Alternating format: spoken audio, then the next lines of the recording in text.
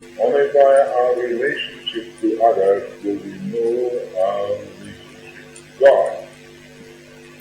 He who walks in the dark does not know where he is going, but you have the light, believe in the light, that you may be sons of the light.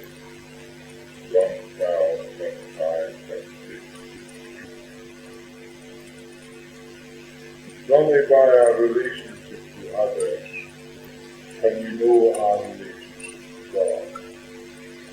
If we are unkind, if we are envious, if we are cruel, if we are violent, if we are unforgiving to our neighbor, that is the exact representation of the attitude of God. If you look into your mind, you will see that it's true.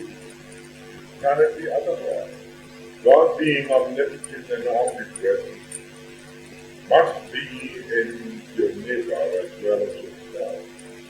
And it is the self that causes all the conditions that hinder the expression of self. The true self within is the light and the light. Believe in the light that you may become the light. Now, although we are dealing with the relative activity, we must not lose the realization of that which is in itself complete and beyond all relative activity, and is the cause of relative activity. What we see in the outside by our eyes and hear by our ears, we will see that it's relative. So in this lesson, we will see that these are vibrations that pass into brain and mind, and we'll begin to see what they are. Now, our work in these enlightening lessons is not to be caught up in the relative, but to understand ourselves and the mechanisms which we use, and this brings us to our relationship with others.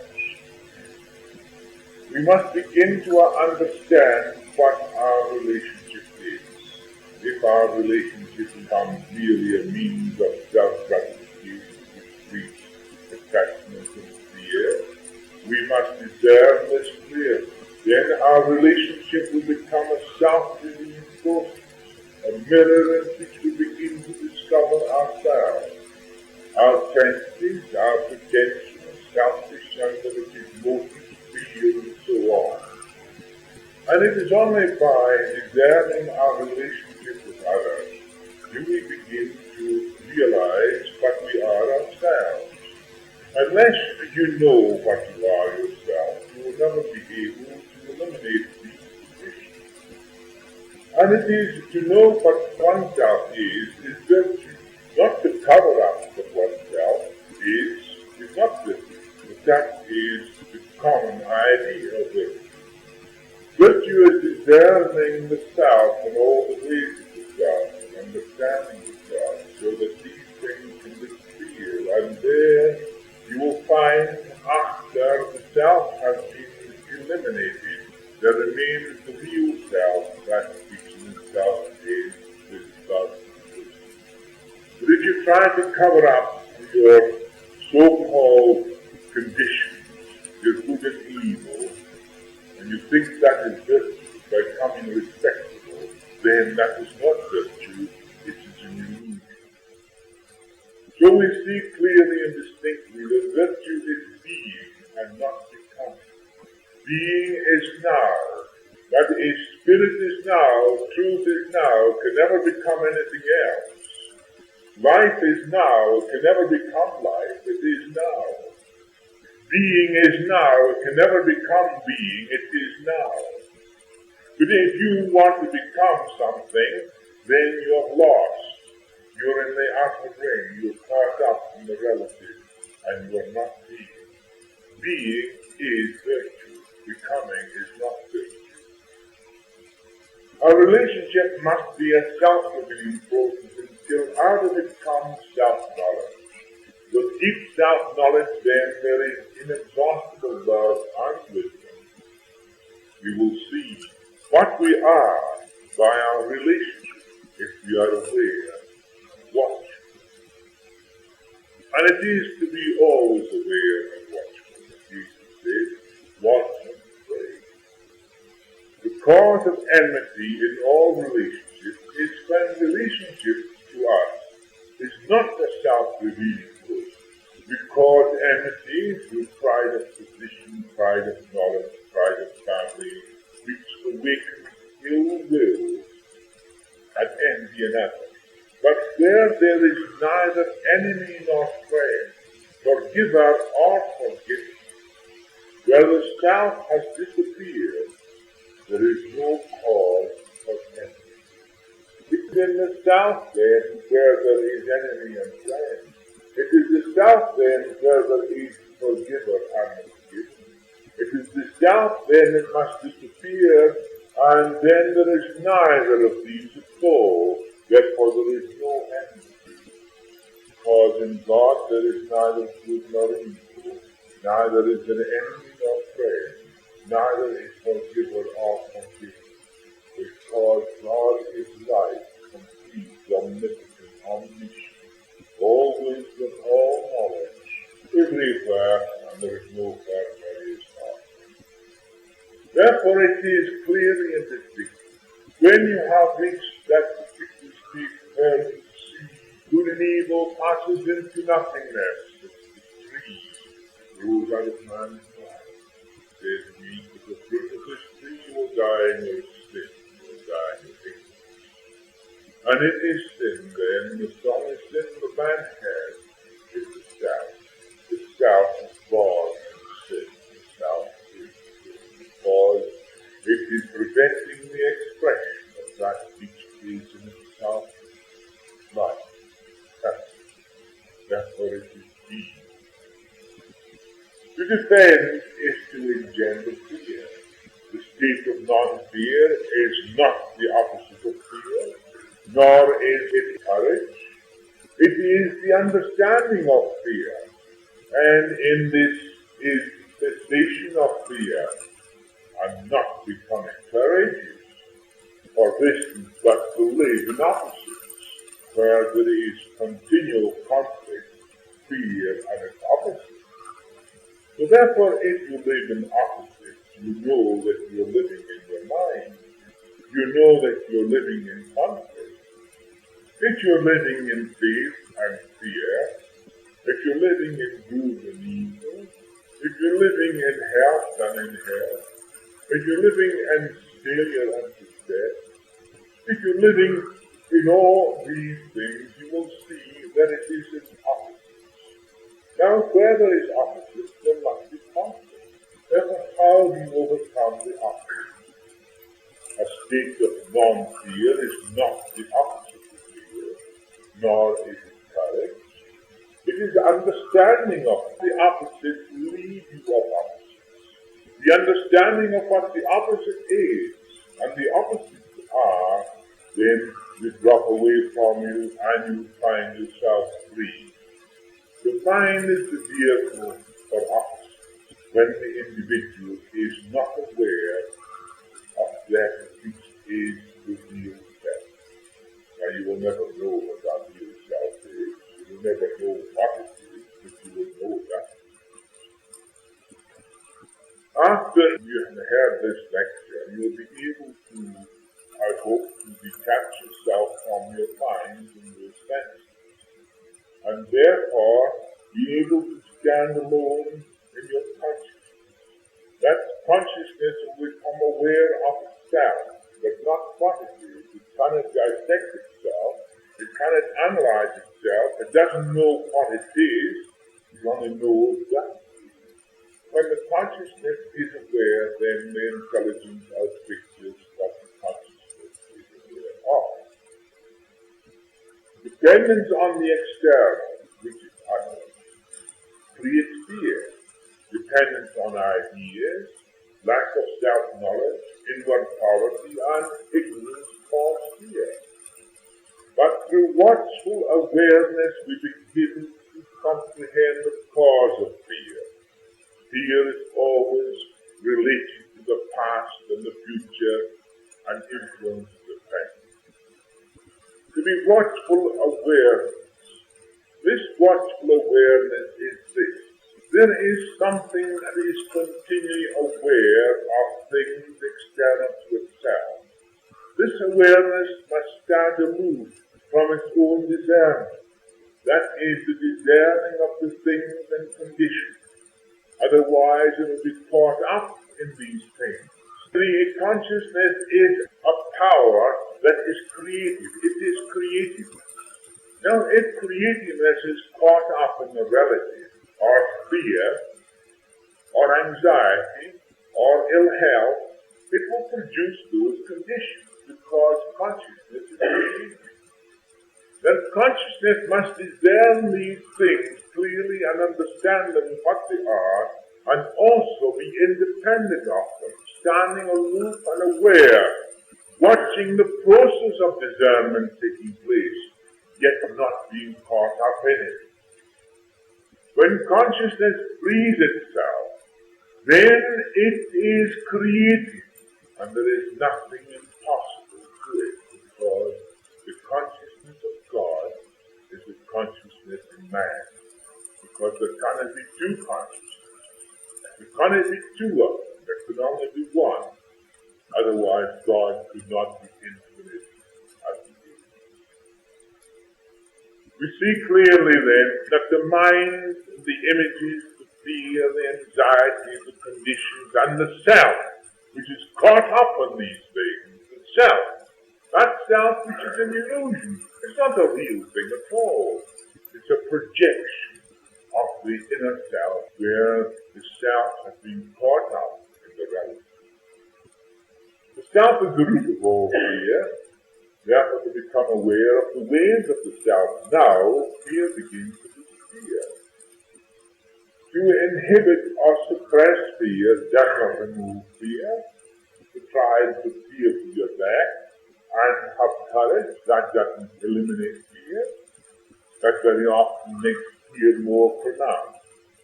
You can put a positive in the place of a negative. It cannot be done. A lot of people think and tell you that it can be done, but you'll find out that it can't be done. The negative is always there, always rises up at the very moment when you least expect it. Unless it is understood, unless it is there in these things that are dissolved in the way. So to inhibit or suppress fear does not remove fear. Cause must be understood. Then it dissolves away, and that which is always present is healed. In this there is neither fear nor courage, but complete understanding with love and wisdom. Let us now examine the human being from a point of radiation. We can say without contradiction that the human being is the most highly evolved entity on this earth. Therefore, the most perfect atomic furnace on earth. We emit radiations in the form of electromagnetic waves which vibrate continually from our mind, our brain, our nervous system to our aura. We are continually emitting those vibrations continuously, and there is no stopping of these various vibrations. Night and day continues. There is in the mind a general subconscious mentality that is expressing itself through the aurora. Your general makeup is the continual expression of this particular vibration. And it is night and day all the time expressing itself outwardly. It never sleeps, it never tires, it is continually setting up these vibrations. Not only that, but these vibrations can be photographed as they are formed, passing through the magnetic aura just after the leave of the physical body. So therefore we see flowing out from our aura, these vibrations can be either wholesome or harmful according to our thoughts. Our thought is dependent upon our understanding. Remember that. Your thought is dependent upon your understanding. If you do not understand, you're caught up in a belief. You're caught up in tradition. You're caught up in something. Now you'll find that your thought is based upon these things. Your thought is continually expressing a thought in what you believe. But if you can have no belief at all, you can be free.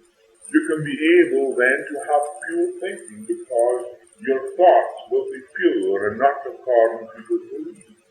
Belief is of the mind, it is not a truth. An idea is of the mind, it is not truth. An idea of truth is not truth. A belief in truth is not truth. A belief in God is not God. Your belief in God is according to your own makeup. Every person has a God of their own according to their own standard. So you pray to this God external to yourself, which is according to your own standard. Whether you are a Catholic or a Protestant or a Hindu or a Mohammedan or anything else, you do the same thing.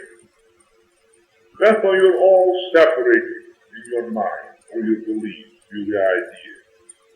Your ideas will never lead you to the truth. Neither will beliefs. They will always lead you away from the truth. But what will lead you to the truth is to discern and understand what a belief is and what your ideas are. Therefore you'll be able to see how false they are and they will drop away from it. Then that which is real in itself is there. No truth. That is truth. That is virtue. But if you cling on to a belief and try to become, that is not virtue. That's ignorance. Illusion. So far it depends upon our understanding. That is why knowing the mechanism only is not enough. We must know ourselves first. Then we can use the mechanism with understanding and with profit. God produced from a clear mind produces its kind, as a man thinketh in his heart, so is he. So we are going to look at the mechanism tonight, how this mechanism of ours works, how we interpret various vibrations, how we see, how we hear, and how we feel. We will understand the mechanism. But to understand the mechanism is not enough. We must understand ourselves first.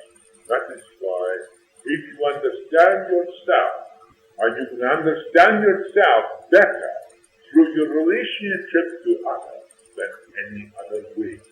Because if you can discern your thoughts, your actions, your motives, your words, your feelings towards others, you begin to discern yourself. And by discerning these things, you will see how false they are, and you will drop away from them. The person who is free is not caught up in anything at all with their neighbor. They're not caught up in them. They don't treat the neighbor as a piece of furniture. They're not afraid of their neighbor. They're not afraid what they shall say to their neighbor. They do not care because they have the inner conviction that their attitude to their neighbor is an attitude to God. And you know clearly, when that is found, that the self is dissolved away, you find that the greater self is in the neighbor as well. The same self in yourself is yourself in your neighbor. Yourself is in your neighbor. Therefore, your relationship to your neighbor is your relationship to God. And unless you cannot discern, if you do not discern your thoughts, your motives, your actions, and how you react to your neighbor, then you can never be free. And in your relationship to your neighbor, so you will know yourself better than anything else. Now, this is not a blind force, but an intelligent thought power that can create and materialize bounties for humanity and can destroy the whole planet. This living atomic furnace has within absolute and indissoluble essence of spirit as our source of power, consciousness is called. If the consciousness is caught up in the undiscovered self, then chaos will reign. Chaos will reign through the whole body and mind. But if the self is understood and dissolved, our consciousness is then free. Harmony will reign, for the true self is harmony itself. The manifestation of such wonderful, overwhelming capabilities of the true self can be effectively achieved through the scientific application of pranayama, this control of the universal energy. Now, pranayama is a word that is given as a means to convey to the mind of the jhana something that he must do, something that he must realize, and he must find the mechanism for the working of this power from within himself.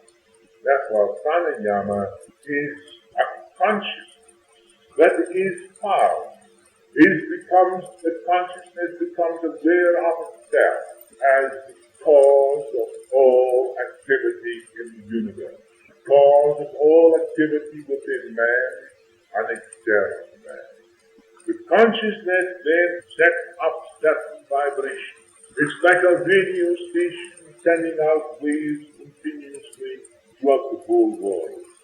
A radio station will magnetize the whole ether of the world, and you can hear that broadcast in any part of the world at the same time, both perpendicular and horizontal, across the world, right into the stratosphere, and down in the bowels of the earth. Because ether interpenetrates not only the earth, but right up into the stratosphere as well, carrying that magnetization of the vibration. Consciousness is similar. It's a force that's created, and it's continually sending out vibrations which are electromagnetic, and are so powerful in its nature that can enter into the walls of the atoms and transform them. The basis of matter then becomes putty in the hands of an individual who understands the foundation and the practice of pranayama. The next step in this wonderful science is the withdrawal of the senses from both external objects and internal senses within, into the conscious principle of all creation. Then the inner senses will be revealed. The inner senses, they are not physical senses. Senses where size, color, and all the dimensions that you see through your eyes or feel or hear are created within the mind. Now we must not confuse the other organs such as eyes, ears, nose, tongue, and skin with the inner senses. For each organ is but an instrument and does not in itself possess the faculty of perception, which is the result of a number of mental processes. Experience is experienced only after the interpretation of the sensation impulses which are reported to the respective centers in the brain. You cannot experience anything until such time as the full process has taken place, that the impulses that are carried from the various external organs are carried to the various centers of the brain, and there they are interpreted accordingly. This experience can only be experienced and known when all these impulses are reported to respective centers of the brain. The mind then forms the image of what is seen and heard and felt. It was difficult for you to think along those lines because you have never been taught to think along those lines. But if you listen to me carefully, you will see what is taking place. Then you will understand much better all about the most extraordinary and wonderful instrument God has created through which He can express Himself. The consciousness, the sixth sense, having recognized and reflected the image, gives a reality to the effect. Remember, this is not cause, but an effect of an effect. The primary object of the senses is to serve as reporter to a higher sovereign power.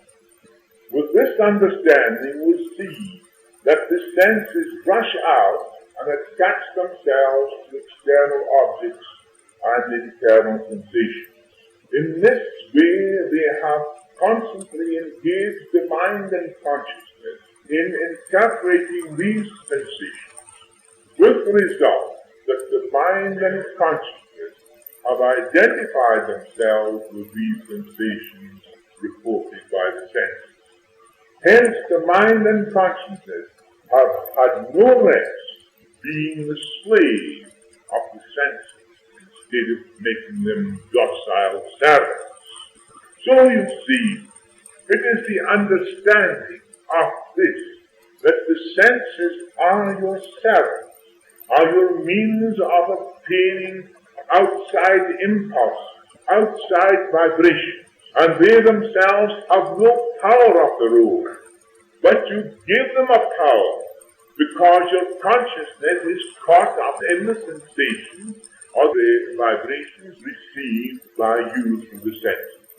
So constantly your mind and consciousness is caught up and becomes a slave of the senses, instead of making the senses docile servants as they should be.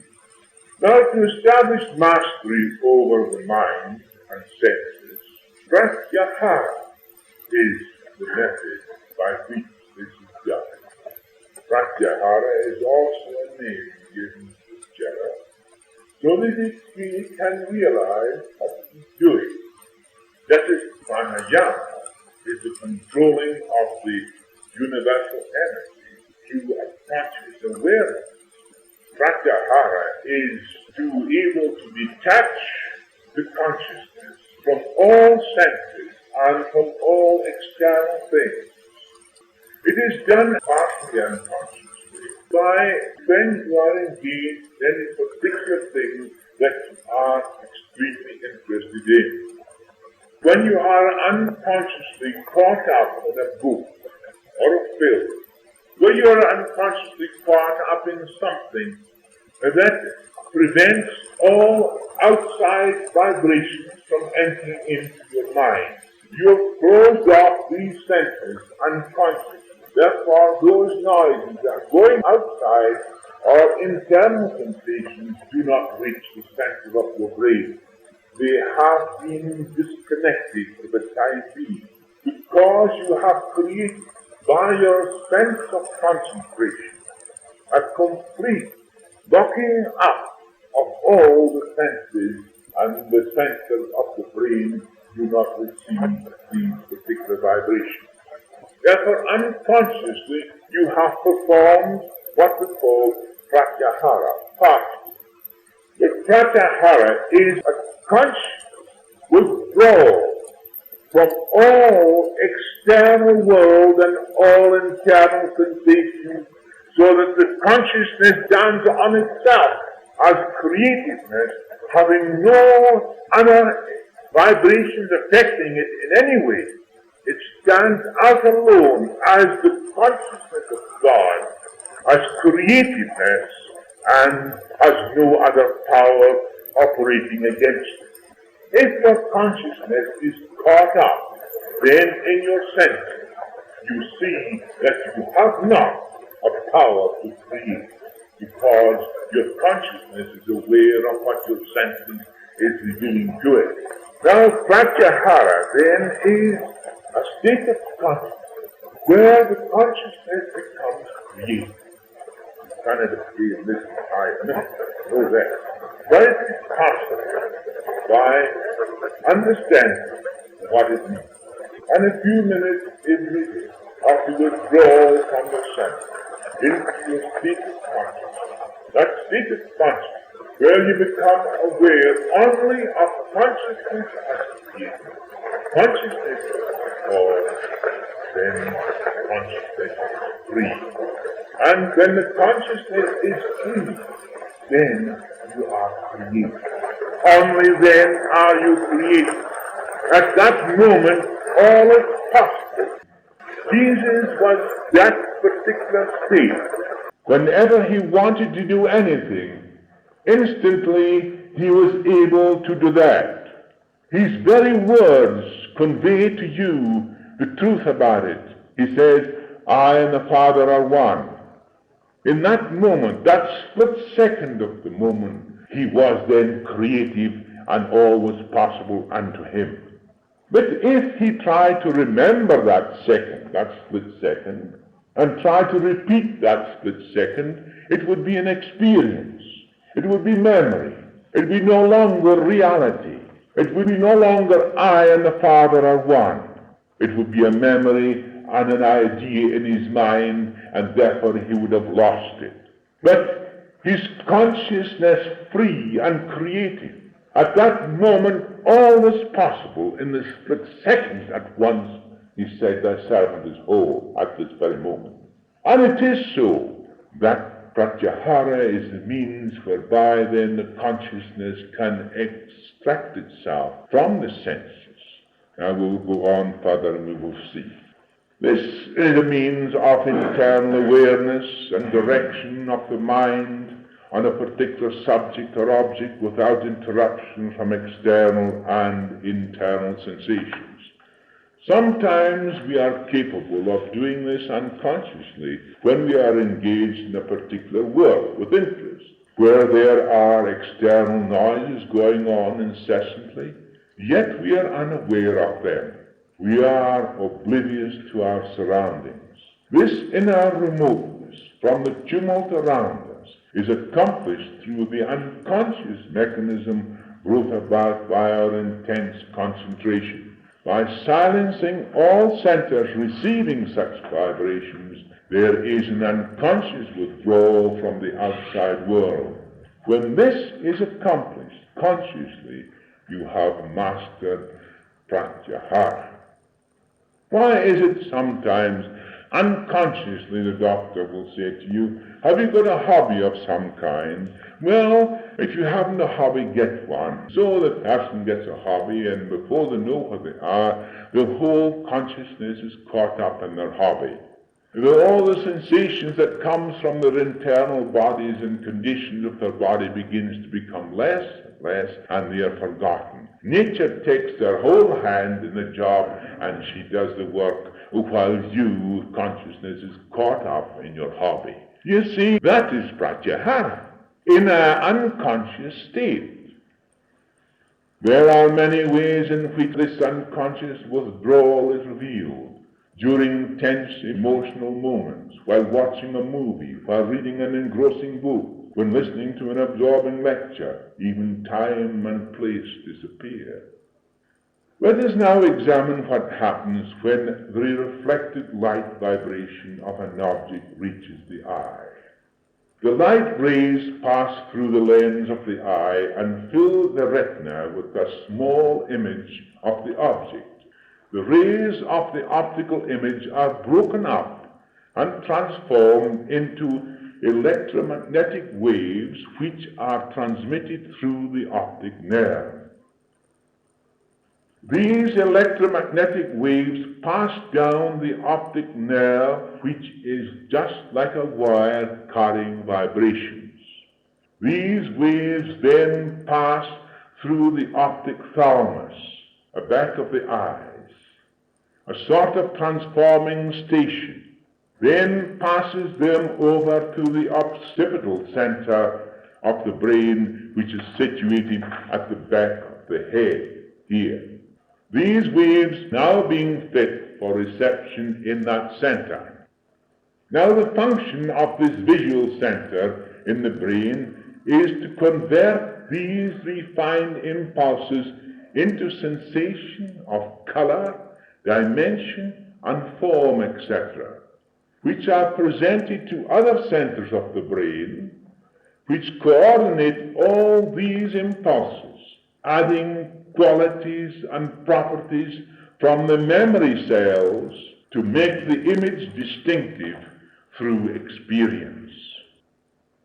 Now we see the whole united image is manufactured, and the mind assumes the form of the external image and presents it to the consciousness. The mind assumes the form of that external image, otherwise it could never be at all.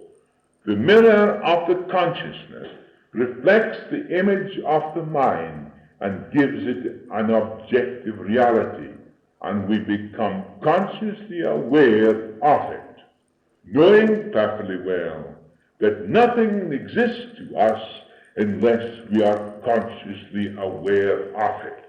Even if it is in the mind, if I hypnotize you and I give you a picture you create in your mind and you wake up again, you will not have that picture at all because you're not consciously aware of it. But when you are consciously aware of the picture in your mind, you know that it is. Now we see clearly what I'm getting at is this, that the principles of perception, interpretation, cognition, and memory have produced the vision, experience, and knowledge of the external object. Nothing exists to us unless we are conscious of it. We now realize that neither the lens nor the million photosensitive cells of the retina nor the optic apparatus see the object in its actual size, nor the real situation of the object. They merely photograph or register it as a tiny optical image, break it into minute points of light, and convert it into electromagnetic impulses, transmitting them to the various centers. The seer resides within. Therefore, all other senses do similar work, conveying impulses to the respective centers within the brain, each situated in its proper location. All senses are mental and not physical. So is the experience of all natural phenomena. So we see that all experience is mental. It cannot be anything else. Now I'm going to prove to you experience and matter and physical is mental. And I'm going to prove to you that matter is also mind, and mind is matter. The following description will give you the understanding of the cause of the universal phenomena. There is only one in which all exist: God, the spirit consciousness, divine mind, the unknowable, the invisible. Now, the most perfect conception capable to the highest mind within the divine conceives of Father, Mother, God, which includes love and wisdom, the impersonal principles behind the whole manifested universe, within the divine consciousness. Because all must be within the consciousness, otherwise it could not exist as an objective reality. You exist in the consciousness of God. Otherwise, you could not exist at all, because there could be no manifestation of you if it was not so. Then comes divine ideas.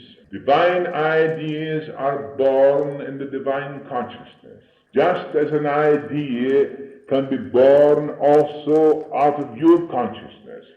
You create the idea then in your mind. The idea now in your mind then becomes the particular pattern from which your thoughts move out. Your thoughts revolve round the idea and move out in different directions, gathering other information to bring about that idea to a concrete form in the physical. So that the idea being first a mental thing becomes a physical thing after. So it is so in the divine mind, in the divine consciousness, and you'll see how clear this is. Then comes the divine ideas, born in divine consciousness, is the basis of all form created, which includes the principles of love and wisdom. Love and wisdom then is the foundation of everything created in God. And love and wisdom being omnipotent and omniscient and omnipresent everywhere. There is nowhere it is not. Therefore we see that is the foundation of everything created in the universe, including yourselves. The principle of power is the unchanging expression of God's universal ideas, all within the divine consciousness. Therefore, consciousness is cause. Consciousness being cause, the universal ideas then are the stable, complete thing, and the principles of power is the unchanging expression of those ideas, being divine in nature, and no one can change them. These ideas are perfect in themselves and contain divine love and wisdom, and no one can alter them, no one can change them, and they are the power principle which is manifesting in the world today and at any other time. Man may use this power which he has, which we have. He's given power to use the prana in any way he wishes, but then he's responsible to himself for it. Now comes the effect of cause, force, laws, special method of action of the ideas and principles. We see that these laws are adamant. We therefore cannot break the law. The law breaks us unless we cooperate. So one people say we break the law, but we don't. It's the universal law breaks us, and that's why you are broken up, because you've tried to break the universal law. When you cooperate with the universal law, you cooperate with love and wisdom as the foundation of your form, condition, whatever the case may be, or your environment. Then comes magnetism essences, which are the vital utterances of ideas, principles, and laws. Here, man's power is neutralized, and the perfect remains perfect. Nothing can go beyond the essence. Man can create within himself. He can create in his environment. He can destroy his own body. He can destroy the bodies of others.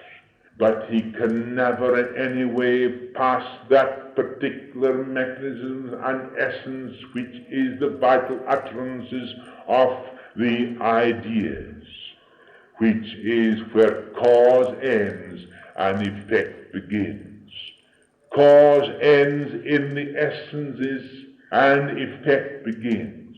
We see then the manifestation of form after it reaches that particular state of essences out into the ethers. From the ethers then down into the atmospheres. From the atmospheres to the fluids. From the fluids to the solids. And we find there that the solids then give the manifestation of the form as you see it. But all is atoms. All are atoms in vibration. All atoms forming according to the divine idea that held first in the divine mind.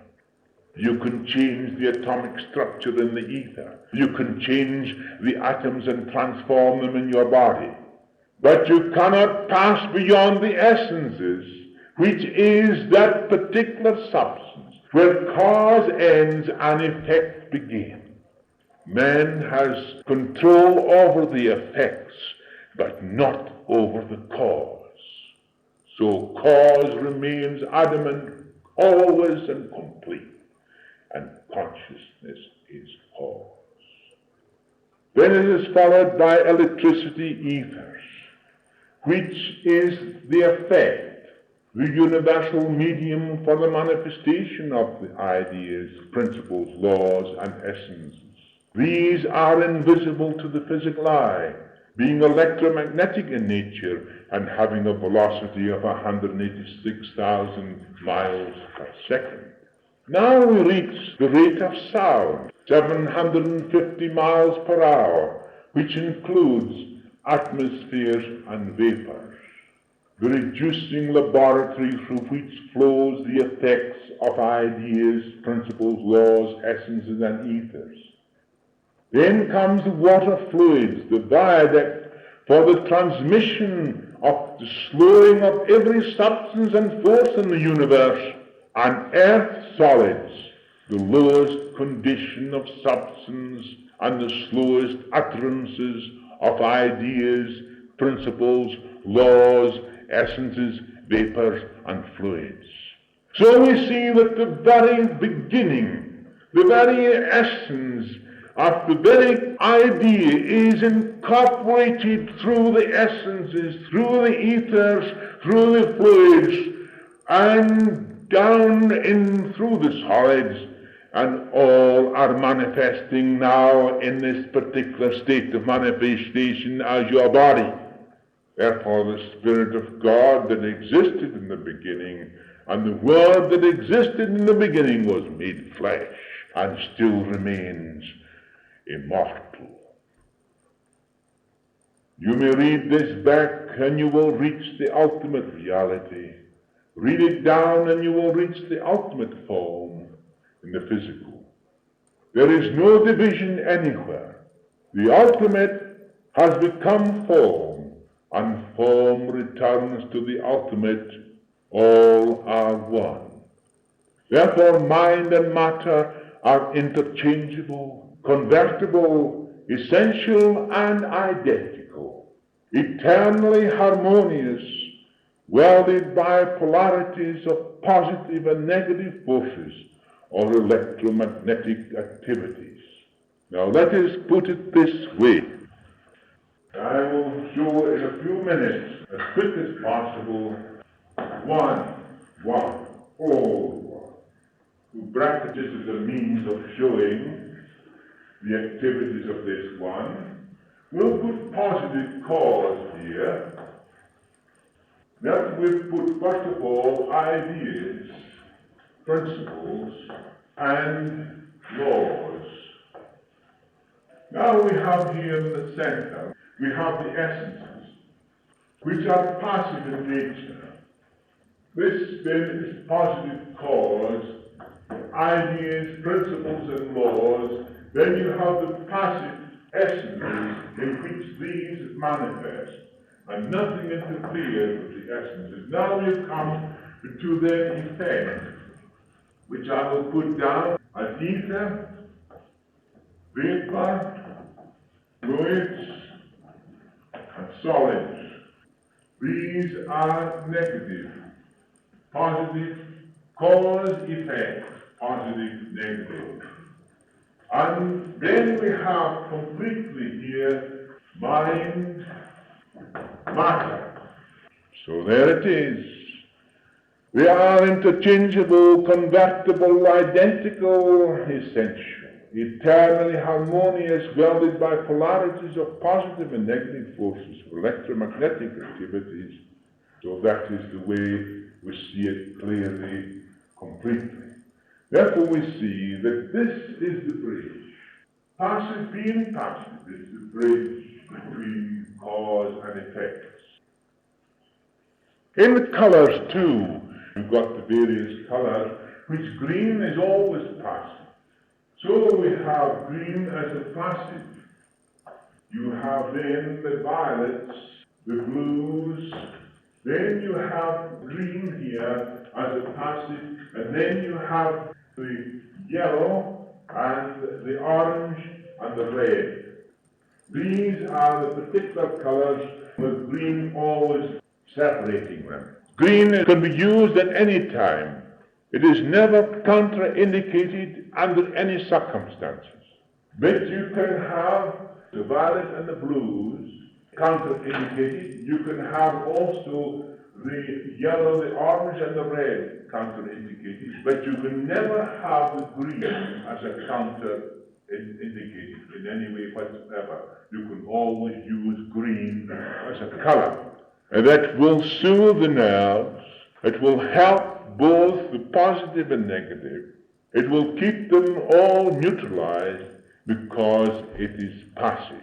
It is the color of nature herself. It's through the trees and through the plants and everywhere. It's right through the whole of nature. The basis of all flowers, the basis of everything is green, is nature's passive color and can be used at any time. Now we can discern our thinking and our actions in our relation to others, and we will see where we go wrong, where we cause strife and misery instead of harmony. Love and wisdom remain the impersonal principles which we must find within ourselves.